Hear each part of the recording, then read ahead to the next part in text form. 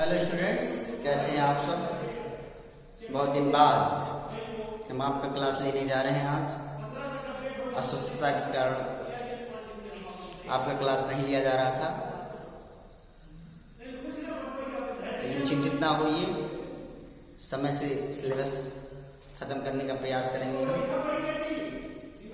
उम्मीद है कि आप लोग स्वस्थ होंगे, सुरक्षित होंगे। तो चलिए शुरू करते हैं जहाँ से खत्म किया था। अतिरिक्त अभ्यास के सवाल बताए जा रहे थे और उसमें हमने 12वें और 13वें सवाल को बता दिया था। अब हम लोग 14वें सवाल को देखेंगे, जानेंगे और समझेंगे। तो 14वां सवाल ये है, हम लोग दूसरे इसका अतिरिक्त अभ्यास लगा रहे हैं, एडिशनल एक्सरसाइज लगा रहे हैं।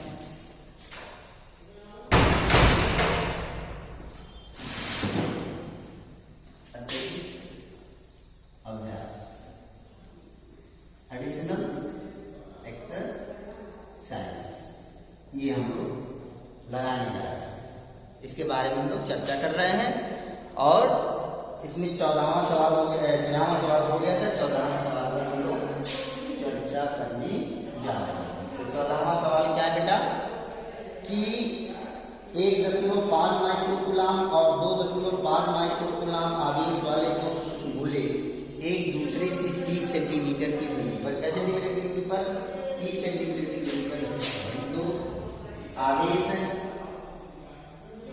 एक कितना है, 1.5 माइक्रोकूलाम है, 1.5 10⁻⁻⁶ यहाँ छोटा सा गोला है, आवेशित गोला है। और दूसरा यहाँ पर है, वो कितना है, वो है 2.5 × 10⁻⁶।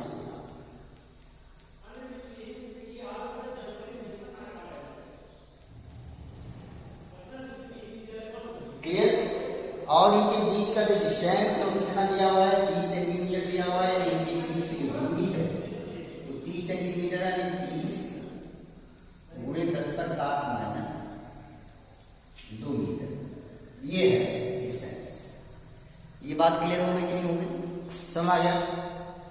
अब कह रहा है इसमें दो क्वेश्चन दिए हुए हैं। पहला दिया, दोनों आवेशों को मिलाने वाले रेखा के मध्य बिंदु, यानी इसे दोनों के आवेशों के मिलाने वाली रेखा के मध्य बिंदु, यानी अगर ए और बी दो बिंदु हैं और इनका मध्य बिंदु क्या है, यहाँ पर ये सी है, तो कह रहा है कि इस सी पर आपको विद्युत विभव और विद्युत क्षेत्र ज्ञात करना है। किस बिंदु पर, बिंदु सी पर वैद्युत क्षेत्र भी ज्ञात करना है और वैद्युत विभव भी ज्ञात करना है। तो प्यारे बच्चों, ऐसे सवाल हम बता चुके हैं, लेकिन एक बार फिर से लास्ट में एक बार बता देते हैं सवाल कि पहला पार्ट, यानी अगर ये मध्य बिंदु सी है, ये 30 × 10⁻² मीटर है, तो इसका मतलब मध्य बिंदु हो गया, तो आधा दूरी ये होगी, आधी दूरी ये होगी। अर्थात इसको हम लिख सकते हैं कि 30 लिखा हुआ है, इसको लिख सकते हैं 15 × 10⁻², ये लिख सकते हैं। 15 × 10⁻² मीटर ये हो गया और 15 × 10⁻² मीटर ये हो गया। इतनी बात क्लियर हो गई कि नहीं? सुन में आएगा कि नहीं आगे? अब अगर हम आपसे कहें, ध्यान से देखिए, इस बिंदु आवेश ए के कारण जो गोला, जो सूक्ष्म गोला है, उसके कारण बिंदु सी पर जो विद्युत क्षेत्र उत्पन्न होगा वो क्या होगा, इस तरफ होगा। यानी अगर हम मान रहे हैं तो ये E1 होगा, इसकी दिशा किधर होगी, ये हो गया E1। और इसके कारण, किसके कारण, 2.5 × 10⁻⁶ कूलाम आवेश के कारण जो विद्युत क्षेत्र सी पर उत्पन्न होगा वो किस दिशा में होगा, इधर होगा। वो क्या होगा, E2 होगा। अर्थात इन दोनों आवेशों के कारण बिंदु सी पर, सी मध्य बिंदु है और बिंदु सी पर जो विद्युत क्षेत्र उत्पन्न हो रहा है वो उनकी दिशा क्या है, परस्पर विपरीत है। क्लियर हो गया? तो सबसे पहले हम क्या करेंगे, इस आवेश के कारण इस पर विद्युत क्षेत्र निकालेंगे, फिर इस आवेश के कारण इस पर विद्युत क्षेत्र निकालेंगे और दिशा विपरीत होने के कारण हम क्या करेंगे, घटा देंगे। तो चलिए शुरू करते हैं। लिखेंगे 1.5 इंटू 10⁻⁶ कूलाम के कारण, आवेश के कारण, आवेश के कारण बिंदु सी पर,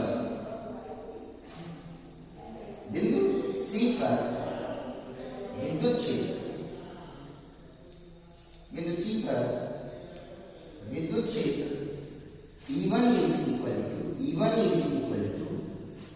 इज इक्वल टू क्या होगा, 1/4πε0।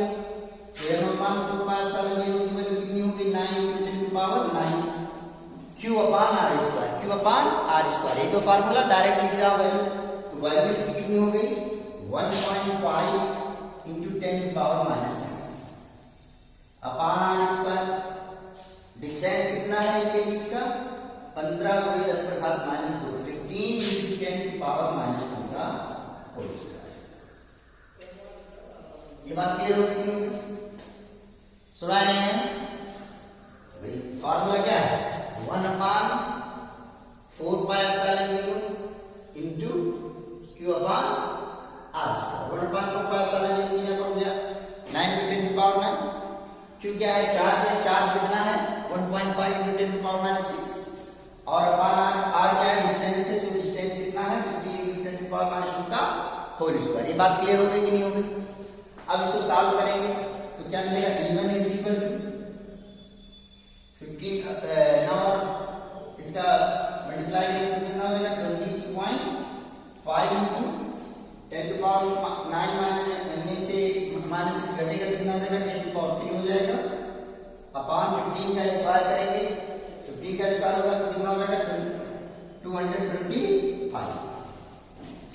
कितना हो जाएगा, 225। और 10 पर घात होगा तो घातों का गुणा हो जाता है, तो ये हो गया 10⁻−2 दूना 4 हो गया। बात क्लियर हो गई? अब यहां से दशमलव हटाएंगे तो यहाँ क्या आ जाएगा, 0 आ जाएगा। तो जब एक 0 आ जाएगा तो यहाँ से इसको क्या कर सकते हैं, डिवाइड कर सकते हैं। तो कितना आ जाएगा, 1 आएगा, यहाँ कितना आएगा, 10 आ जाएगा। कितना आ जाएगा, 10। तो क्या मिला है, देखो मल्टीप्लाई की गलत कीजिए, यहाँ पर देखिए 15 और 9 का गुणा होगा,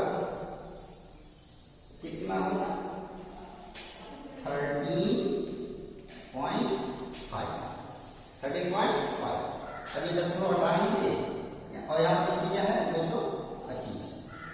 10 हटाएंगे तो क्या हो जाएगा, यहाँ पर 10 हटाएंगे तो यहाँ पर 0 आ जाएगा। ये बात क्लियर होगी? अब अगर आप डिवाइड करें तो 45 यहाँ 135 और 45 पंचे 225, यानी कितना हो गया, 50 हो गया। कितना हो गया, 50 हो गया। अब ये 10⁻⁻² ऊपर जाएगा तो क्या हो जाएगा, E1 is equal to 3 into 10⁻3 और 10⁻⁻4 ऊपर जाएगा तो कितना हो जाएगा, +4। तो 3 और 4 क्या हो जाएगा, 7। तो क्या हो गया, 10⁻7 अपॉन 50 हो गया। अब क्या लिख सकते हैं, E1 इज इक्वल टू क्या हो जाएगा, 3, 2 0 बढ़ा दिया और इसको लिख सकते हैं इंटू 10⁻5 और अपॉन 50। तो 50 लिख दिया, डिवाइड करने से 0 कट गया, यानी E1 is equal to 5 6 36 into 10⁻5। और ये विद्युत क्षेत्र है, विद्युत क्षेत्र का मान क्या होता है, न्यूटन प्रति कूलम। आपने लिख दिया। अब इसी तरह से E2 निकाल लेंगे, सिमिलरली करके निकाल लेंगे और निश्चित रूप से E2 अधिक होगा। इसके कारण विद्युत क्षेत्र बिंदु सी पर विद्युत क्षेत्र अधिक होगा। क्यों? क्योंकि यहां पर जो चार्ज है वो ज्यादा है, तो E2 निकाल लेंगे और E2 में से E1 को क्या करेंगे, घटा देंगे। क्यों घटाएंगे, क्योंकि दोनों परस्पर विपरीत दिशा में, तो E2 माइनस E1 लगाएंगे और आपको बिंदु C पर विद्युत क्षेत्र प्राप्त हो जाएगा। लेकिन प्यारे बच्चों, जब इसी सवाल के लिए हम किसके बारे में चर्चा कर रहे हैं, जब हम इसी सवाल के लिए जो है विभव के बारे में बात करेंगे, तो विभव के बारे में आपको क्या पता है कि विभव एक अदिश राशि है। तो जब विभव एक अदिश राशि है तो इसका मतलब क्या होगा कि बिंदु ए पर जो आवेशित गोला है उसके कारण जो बिंदु सी पर जो विभव उत्पन्न होगा, और इस आवेश के कारण बिंदु सी पर जो विभव उत्पन्न होगा, एक को V1 मान लेंगे, दूसरे को V2 मान लेंगे। फार्मूला क्या लगाएंगे, V1 = 1/4π0 Q/R। ठीक, V1 निकाल लेंगे और V2 निकाल लेंगे और दोनों को जोड़ देंगे। ध्यान दीजिए, यही समझना है आपको। यहाँ पर जब हम विद्युत क्षेत्र के बारे में बात कर रहे थे तो विद्युत क्षेत्र, इसके कारण विद्युत क्षेत्र निकाला और इसके कारण विद्युत क्षेत्र निकाला, और चूंकि यहाँ पर जो है इसके कारण जो विद्युत क्षेत्र होगा उसकी दिशा इधर होगी, इसके कारण जो विद्युत क्षेत्र होगा उसकी दिशा इधर होगी। दोनों की दिशा विपरीत होने के कारण उन दोनों को क्या कर दिया गया, घटा दिया गया। लेकिन विभव के बारे में जब चर्चा करेंगे तो विभव एक अदिश राशि है, और जब विभव एक अदिश राशि है इसलिए वहां पर परिणामी विद्युत विभव निकालने के लिए दोनों को जोड़ देंगे, यानी V1 + V2 कर लेंगे। मुझे लगता है इसको आगे बताने की कोई जरूरत नहीं है, कि आपका काम है, अगर समस्या होगी तो बता दीजिएगा। अब इसका जो सेकेंड टॉपिक है उसको ढंग से समझना है, जानना है, तो चलिए चर्चा करते हैं इस पर।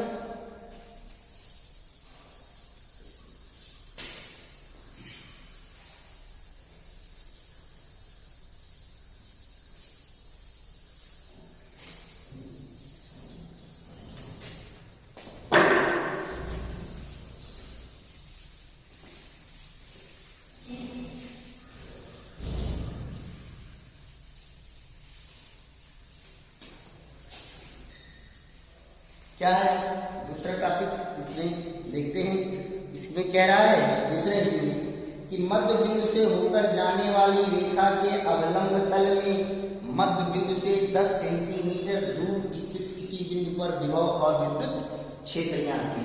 यानी इसी का सवाल, इसी का एक सेकेंड पार्ट है कि जैसे ये आपका जो है ये यहां पर कितना आवेश है, 1.5 × 10⁻⁻�6 कूलम। माइक्रो कूलम में देता हूं ताकि बाद में जो सवाल लगाएंगे तो हम वो करेंगे। ये हो गया 1.5 माइक्रो कूलम।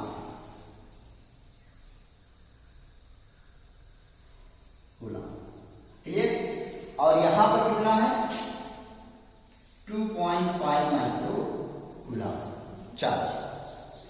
और इनके मिड पॉइंट से क्या करना है आपको, जो है डिस्टेंस निकालना है। तो इनके मिड पॉइंट से कितना होगा, इनका मिड पॉइंट कितना होगा, इनका मिड पॉइंट ये हो गया सी। तेरा इससे जाने वाला, इसके मध्य से जाने वाले 10 सेंटीमीटर, यानी इसके मिड पॉइंट से 10 सेंटीमीटर की दूरी पर, यहां पर ये पॉइंट जो P है, इस पॉइंट P पर, और ये डिस्टेंस कितना है 10 × 10 पावर, यानी 10 सेंटीमीटर लिखेंगे, बाद में हम इसको आवश्यकता पड़ने पर क्या करेंगे, बदल लेंगे। ये 10 सेंटीमीटर हो गया। इस पॉइंट P पर हमको विद्युत क्षेत्र निकालना है। तो प्यारे बच्चों, चार्ज कहां पर रखा हुआ है, यहां पर रखा हुआ है और यहां पर रखा हुआ है। चार्ज कहां पर रखा हुआ है, यहां पर रखा हुआ है और यहां पर। ये बात क्लियर हो गई। तो यहां पर जब चार्ज रखा हुआ है तो यहां से इसके कारण इस बिंदु पर P पर जो विद्युत क्षेत्र की जो उत्पन्न होगा उसकी दिशा किधर होगी, इधर की ओर होगी बेटा, की नहीं होगी। तो इसको हमने मान लिया E1, इसको क्या मान लिया हमने, E1 मान लिया, क्योंकि घन से आवेश से दूर की ओर। और 2.5 माइक्रो कूलम के कारण बिंदु P पर जो विद्युत क्षेत्र उत्पन्न होगा होगा उसकी जो दिशा होगी किधर होगी, इधर होगी कि नहीं होगी? तो ये हो गया, ये बात क्लियर हो गई? इतनी बात सुना दी। तो सबसे पहला काम क्या होगा कि हमें E1 और E2 निकालना होगा, और जब E1 और E2 मिल जाएगा तो फिर हम दोनों का परिणाम निकालेंगे। तो सबसे इंपॉर्टेंट बात यह है प्यारे बच्चों कि अगर मैं आपसे कहूं कि ये कितना है, ये भी 10 है और ये पूरा टोटल 30 है, ये 15 सेंटीमीटर हो गया, ये भी 15 सेंटीमीटर है, ये 15 सेंटीमीटर,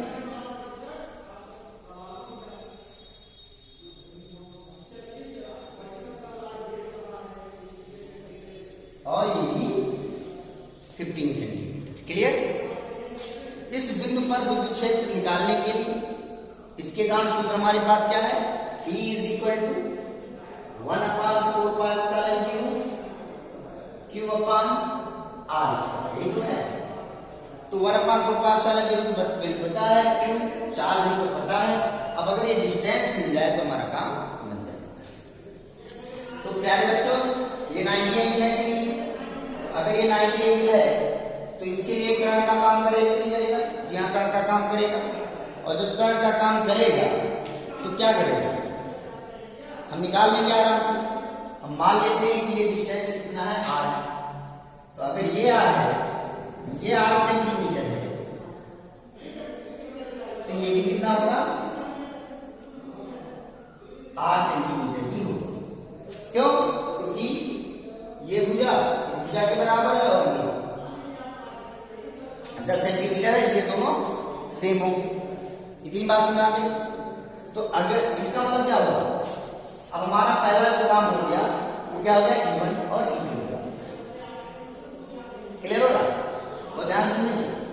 तो E1 कैसे मिलेगा,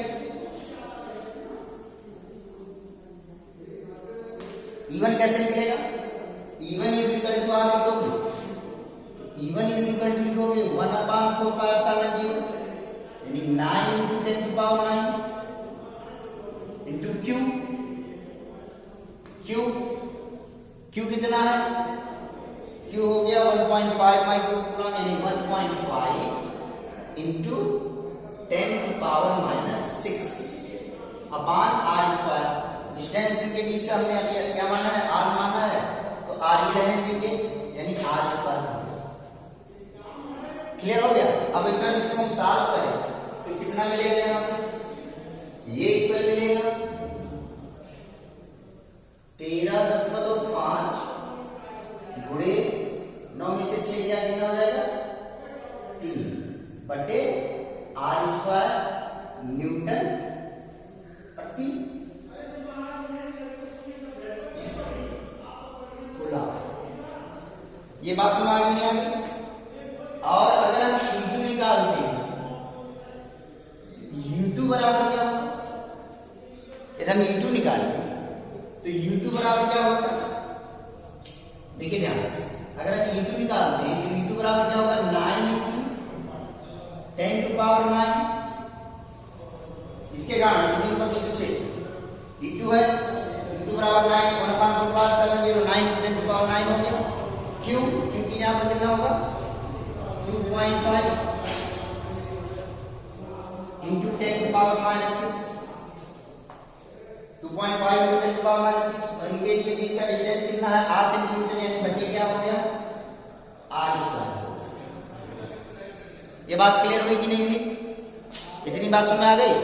अब यहां से अगर आप इसका मल्टीप्लाई करें तो कितना देगा, 22.5 इंटू 10⁻⁹ क्या हो गया, 3 अपान R न्यूटन प्रति।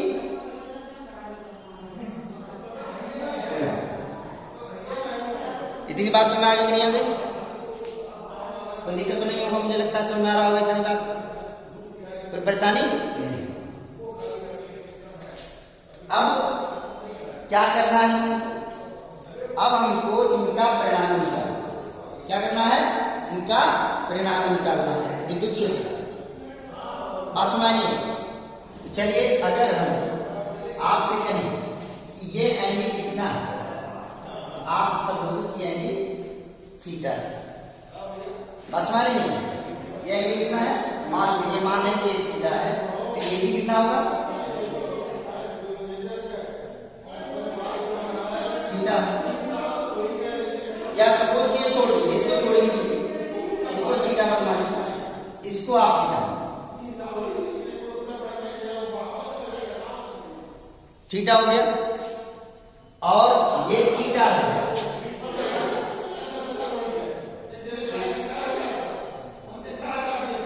थीटा हो गया। ये बात क्लियर हो गई कि नहीं होगी? अगर ये थीटा तो ये थीटा होगी, ये दोनों समांतर त्रिभुज है, दोनों का सेम। तो ये थीटा है, ये थीटा, इसको थीटा ना मान करके, चलिए हम इसी को थीटा मान लेते हैं। सपोज कीजिए इसको ना थीटा मान करके, बल्कि हम इसको थीटा। तो अगर इसको हम थीटा मान रहे हैं तो ये कितना होगा, ये भी थीटा ही होगा। क्यों थीटा होगा? क्योंकि ये कैसा है, संगत कोण है। और इसी तरह से ये अगर थीटा है, दोनों सेम एंगल होंगे, तो ये अगर थीटा है तो ये भी कितना होगा, थीटा होगा। क्लियर हुआ कि नहीं? क्योंकि संगत कोण हो गया, करस्पॉन्डिंग एंगल हो गया कि नहीं हो गया? जी हाँ हो गया। ये बात सुना है कि नहीं आ गई? कोई दिक्कत नहीं होगी मुझे लगता है। बात क्लियर? अब यहां से एक सदिश राशि है, मैं सिस्टम बता दूंगा, सवाल बनाना आपका काम है। यहां पर इस बिंदु P पर जो विद्युत क्षेत्र E1 और E2 उत्पन्न हो रहे हैं, ये E1 एक सदिश राशि है और ये सदिश राशि से कितना एंगल बना रहा है, थीटा एंगल बना रहा है। तो इसको दो घटकों में विभाजित कर सकते हैं, एक इधर हो जाएगा और एक इधर हो जाएगा। इसको हम क्या लिखेंगे, E1 cos theta. Clear? E1 cos theta. और इसको हम क्या लिखेंगे, E1, इसको क्या लिखेंगे, E1 sin थीटा। और ध्यान समझे, E1 sin थीटा। इसी तरह से अगर इसके बारे में बात करें तो ये जो घटक होगा, इस दिशा में जो घटक होगा वो क्या होगा, E2 cos थीटा। और इसकी इसी दिशा में जो घटक होगा वो क्या होगा, E2 sin थीटा। और ध्यान समझिए इस सवाल। तो E1 sin थीटा और E2 sin थीटा दोनों की दिशा एक ही तरफ हो गई कि नहीं हो गई? क्लियर हो रहा है? और E1 cos थीटा और E2 cos थीटा, इनकी दिशा क्या है, विपरीत होगी। तो ऊर्ध्वाधर घटक जो होगा वो दोनों जुड़ जाएंगे, लेकिन जो क्षैतिज घटक है, जो E1 cos थीटा और E2 cos थीटा है, वो घट जाएंगे। क्लियर? तो पहले हम ऊर्ध्वाधर दिशा में यानी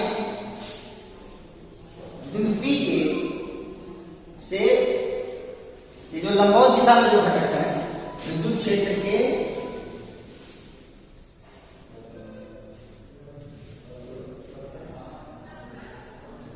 का लंबवत घटक कितना हो जाएगा, विद्युत क्षेत्र का जो लंबवत घटक होगा क्या होगा, वो E1 sin थीटा और प्लस E2 sin। ठीक? कोई दिक्कत तो है नहीं, कोई समस्या नहीं है? क्लियर होगा? तो E1 की वैल्यू यहां से रख देंगे, E2 की वैल्यू यहां से रख देंगे। अब यानी हम इसमें साइन थीटा काम मतलब क्या लिखेंगे, sine theta is equal to sine theta into E1 plus E2। बहुत ध्यान समझते रहिए। तो sine theta is equal to लंब बटे कोण, तो sine theta is equal to लंब बटे कोण हो गया। लंब की जगह पर कितना हो गया, अगर इसके लिए बात करें तो लंब कौन हो गया, 10 हो गया। जी हाँ 10 हो गया। और कर्ण कितना हो गया, R हो गया। कर्ण कितना हो गया, R हो गया इंटू E1। E1 की वैल्यू कितनी आई है, 13.5 इंटू 10 की पावर 3 प्लस E2 की जो वैल्यू आई है वो कितनी आई है 22.5 into 10 to power 3 अपान इससे हो गया 8। ये बात क्लियर हो गया कि नहीं हो? ये बराबर किसको हो गया 10 गुणे इन दोनों को जोड़ेंगे तो कितना हो जाएगा 36 हो जाएगा। कितना हो जाएगा 36 हो जाएगा। 36 into 10 to power 3 1305 और 505 को जोड़ेंगे कितना हो जाएगा 36 हो गया। 10 पर घात 3 लिख दिया और अपान r into r इस बार क्या हो गया r क्यूब। ये हो गया r क्यूब।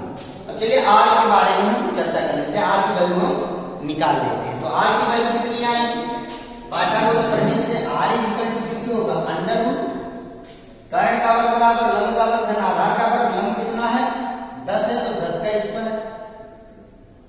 क्लियर? और आधार कितना है 15 है तो 15 का स्क्वायर है। इतनी बात सुना है तो यहां से r किसकी हो गया अंडर रूट 100 प्लस 15 का स्क्वायर कितना हो गया 225 और ये बराबर किसके हो जाएगा अंडर रूट 325 और 324 किसका वर्ग होता है 18 का वर्ग होता है 325 है। तो इसको हम लगभग सरलता के लिए हम 18 सेंटीमीटर ही मान सकते हैं।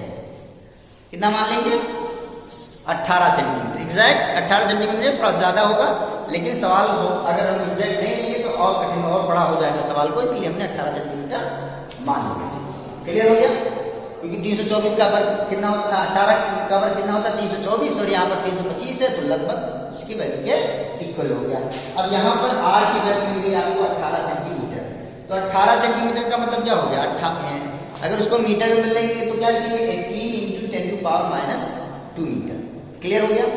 तो यहाँ से अब हमको ये विद्युत क्षेत्र का लंबवत घटक मिल गया है। अब हम इसके बारे में बात करेंगे। अब हम बात करेंगे इसके बारे में विद्युत क्षेत्र का क्षैतिज घटक। तो यहाँ पर E2 का थीटा है और यहाँ पर E1 का थीटा है। तो सबसे पहले आप देखेंगे कि E2 ज्यादा है या E1 ज्यादा है। तो स्पष्ट रूप से दिख रहा है कि E2 ज्यादा है और E1 कम है। तो आप जब E2 ज्यादा है देखिए ध्यान से देखिए जब E2 ज्यादा है और cos थीटा की वैल्यू दोनों के लिए सेम होगी इसका मतलब है कि E2 अधिक होगा और E1 कम होगा। तो अब हम बात करेंगे किसके बारे में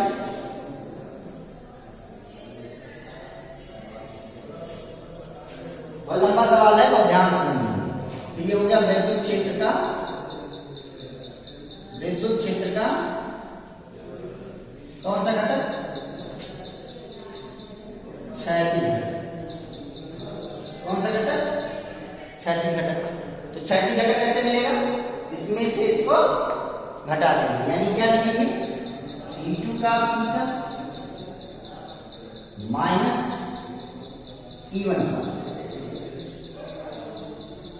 और ये भी बता रहा है कि इसका मतलब ये हुआ कि ये जो क्षैतिज घटक की जो दिशा होगी वो किस तरफ होगी इस तरफ। किस तरफ इस तरफ क्योंकि ये अधिक है और ये कम है इसलिए इसकी दिशा किधर होगी इधर की ओर होगी। ये बात सुना है कि नहीं है? तो यहाँ पर हम देख सकते हैं cos थीटा क्या हो गया कॉमन हो गया और यहाँ पर क्या मिलेगा E2 माइनस E1 क्या मिला E2 माइनस E1 मिला। अब cos थीटा की वैल्यू कितनी है cos थीटा की वैल्यू आधार पर देखकर आधार कितना हो गया 15 और कर्ण कितना हो गया r तो 15 अपॉन r इंटू E2 की वैल्यू कितनी है 22.5 गुणे 10 पर घात 3 बटे r माइनस E1 की वैल्यू कितनी है 13.5 गुणे 10 पर घात 3 बटे r। ये बात क्लियर हो गई? अब इनको अगर आप सॉल्व करेंगे तो कितना आएगा ये तो वैल्यू किसकी थी लंबवत घटक की कितनी आई है मान लीजिए सोच लीजिए 10 है 36 into 10 to power 4 upon r cube आया न्यूटन प्रति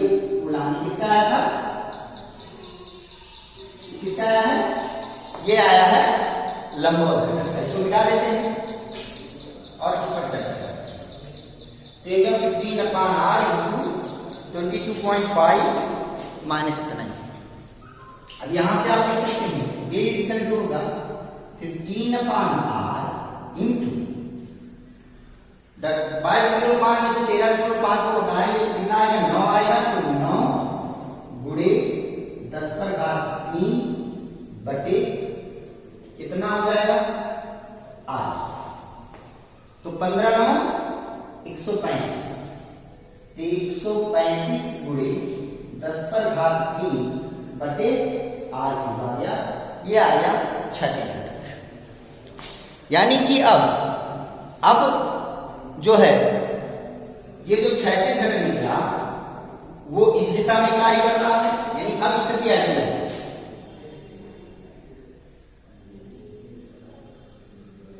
क्षैतिज दिशा में जो घटक है उसको हमने मान लिया EX, इसको सीधे EX है और उसकी दिशा किधर होगी? इधर की। क्यों होगी? कैसे देखिए यहां से, यहां EX क्यों होगी? क्योंकि परिणामी क्षैतिज घटक की जो परिणामी की दिशा में है, इस दिशा में, और जो लंबवत घटक है वो हो गया EY। ये किधर होगा? ऊपर की ओर। क्यों? क्योंकि दोनों जुड़ गए हैं, जो इसके पहले निकाला गया है। अभी आपका काम नहीं बना, जो EX और EY जो मान रहे हैं वो किसको मान रहे हैं? वो परिणामी विद्युत क्षेत्र के लंबवत घटक और क्षैतिज घटक को मान रहे हैं। तो अब इनका परिणामी क्या होगा? इनके बीच का एंगल कितना होगा? 90 होगा। तो इनका परिणामी E बराबर किसको होगा? E इज इक्वल टू किसको होगा? अंडर रूट EX का स्क्वायर और प्लस EY का स्क्वायर। EX के जगह पर आप कौन सी वैल्यू रखोगे? ये वाली वैल्यू रखोगे। और EY के जगह पर जो इससे पहले निकाला गया था कौन सा? 36 इंटू 10⁴/r³ वो वाली वैल्यू रखोगे और इससे फिर आपको परिणामी क्षेत्र मिल जाएगा। R का मान रख देंगे, R का मान दिया हुआ है।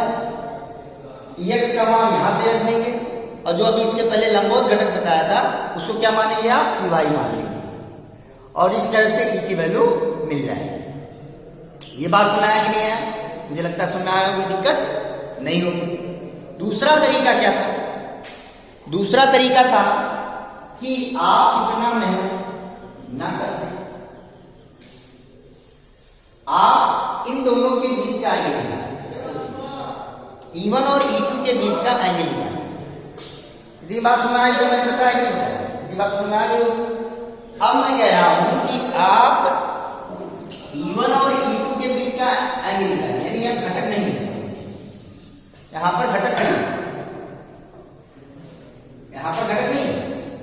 सपोज कीजिए नहीं कुछ, ये कुछ है नहीं, ये सब है नहीं, ये कुछ भी नहीं, ये भी नहीं, ये कुछ नहीं, ऐसे ऐसे, ये भी नहीं, कुछ नहीं।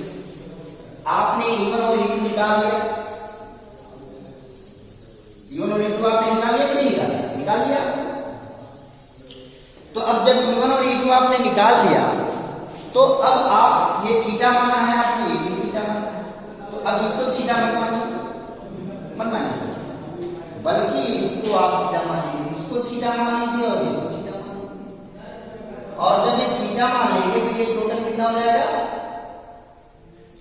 2 थीटा हो जाएगा। थीटा थीटा कितना हो गया? 2 थीटा हो गया। यानी E1 और E2 के बीच का जो एंगल है वो कितना हो गया? 2 थीटा हो गया। तो अब इनका परिणामी यदि E है तो आपको बताया जा चुका कि R बराबर √a² + b² + 2ab का सीधा बताया जा चुका है। तो R बराबर जब बताया जा चुका है कि √a² + b² + 2ab का सीधा, तो इसी तरह से E इज इक्वल टू क्या लगा सकते हो आप? √a² एक यहाँ पर E1², b² b यहाँ पर b2²। क्लियर? कोई दिक्कत तो नहीं है? और plus 2ab, 2E1 into E2 into cos theta, theta के यहाँ पर क्या हो जाएगा? cos 2 theta. E1 की वैल्यू आपको पता है, E2 की वैल्यू आपको पता है,